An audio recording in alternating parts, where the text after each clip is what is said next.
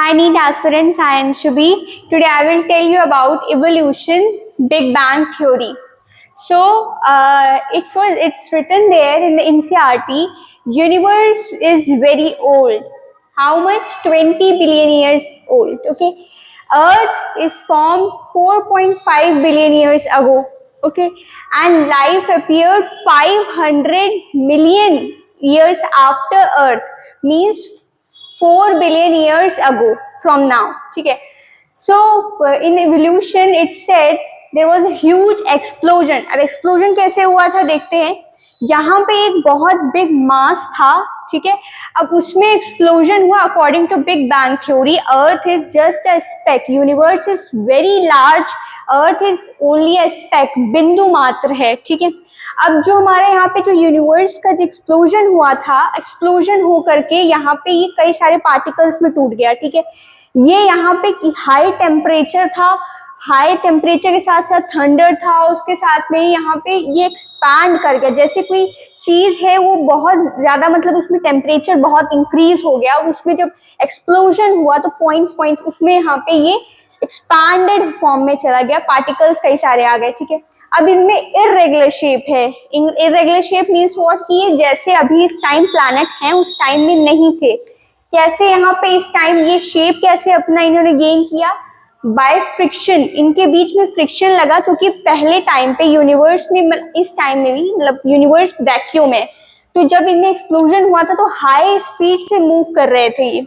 तो high speed से move करने की वजह से कभी कभी टकराते थे, ड्यू टू दैट इनमें हीट जनरेट होती थी, फ्रिक्शन होता था, उसकी वजह से इनमें यहाँ पे स्फेरिकल शेप, या हम ऐसा कह सकते हैं जो प्लैनेट में अभी प्लैनेट का जो शेप है वो इसमें गेन हो गया इन पे, ठीक है.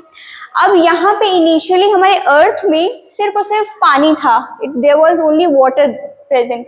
ओके, अब जब यहाँ पे पानी था और हाई टेम्परेचर था उस टाइम, मॉल्टेन लावा था, थंडर था और हाई टेम्परेचर, उसकी वजह से यहाँ पे हाई टेम्परेचर होने की वजह से जो जितना भी पानी था हमारी अर्थ में वो सारा इवापोरेट कर गया. इवापोरेट होने की वजह से यहाँ पे डिप्रेशंस क्रिएट हो गए हमारी अर्थ में इनिशियली, ठीक है. अब जब यहाँ पे डिप्रेशन क्रिएट हो गए और वहां पे अब आया ग्रेविटी का गेम. क्या ग्रेविटी का गेम आया था? बहुत बार डिप्रेशन क्रिएट हुए, मतलब यहाँ पे इवेपोरेट हुआ, फिर कंडेंस हुआ, इवेपोरेट हुआ, फिर कंडेंस, ऐसे होता रहा कई बार. और ग्रेविटी ने क्या किया? ग्रेविटी ने इस चीज को होल्ड करना शुरू कर दिया. क्या? जैसे जैसे ग्रेविटी इंक्रीज हुई उसने इन गैसेस को, इन वाटर वेपर्स को होल्ड करना शुरू किया. जैसे से ये होल्ड होने शुरू हुए तो यहाँ पे एटमॉस्फेयर क्रिएट हो गया. इनिशियली यहाँ पे कोई एटमॉस्फेयर नहीं था हमारी अर्थ में, बट जैसे जैसे ग्रेविटी का गेम आया तो यहाँ पे एटमॉस्फेयर क्रिएट होना शुरू हो गया. अब एटमॉस्फेयर से पहली चीज बहुत ज्यादा प्रोटेक्शन मिलता है यूवी रेज से. अब यूवी रेज क्या करती थी उस टाइम? हाँ, अभी भी यूवी रेज आती है, उस टाइम भी आती थी, लेकिन हाँ थोड़ा प्रोटेक्शन मिला था. यूवी रेज क्या करती थी? जो जितना भी वाटर वेपर प्रेजेंट होता था हमारे एटमॉस्फेयर में, उस वाटर वेपर को H2 और O2 में कन्वर्ट कर तोड़ देती थी, ब्रेक कर देती थी.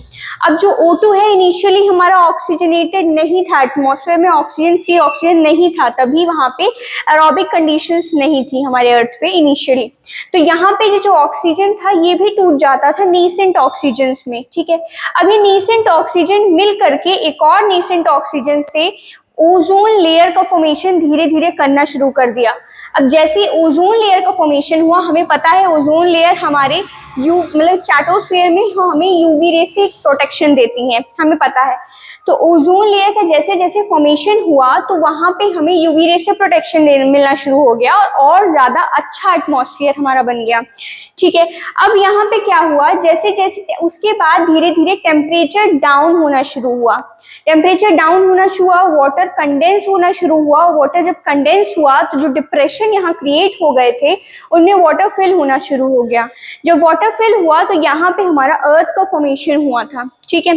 अब उसके बाद यहाँ पे हमारे first non cellular life form का फॉर्मेशन हुआ था जो कि प्रोटोबायोन था. वो यहाँ पे हमारे पहले से एटमॉस्फेयर में हमारे कुछ मीथेन गैसेस और अमोनिया और H2 ये सब प्रेजेंट था पहले से ही.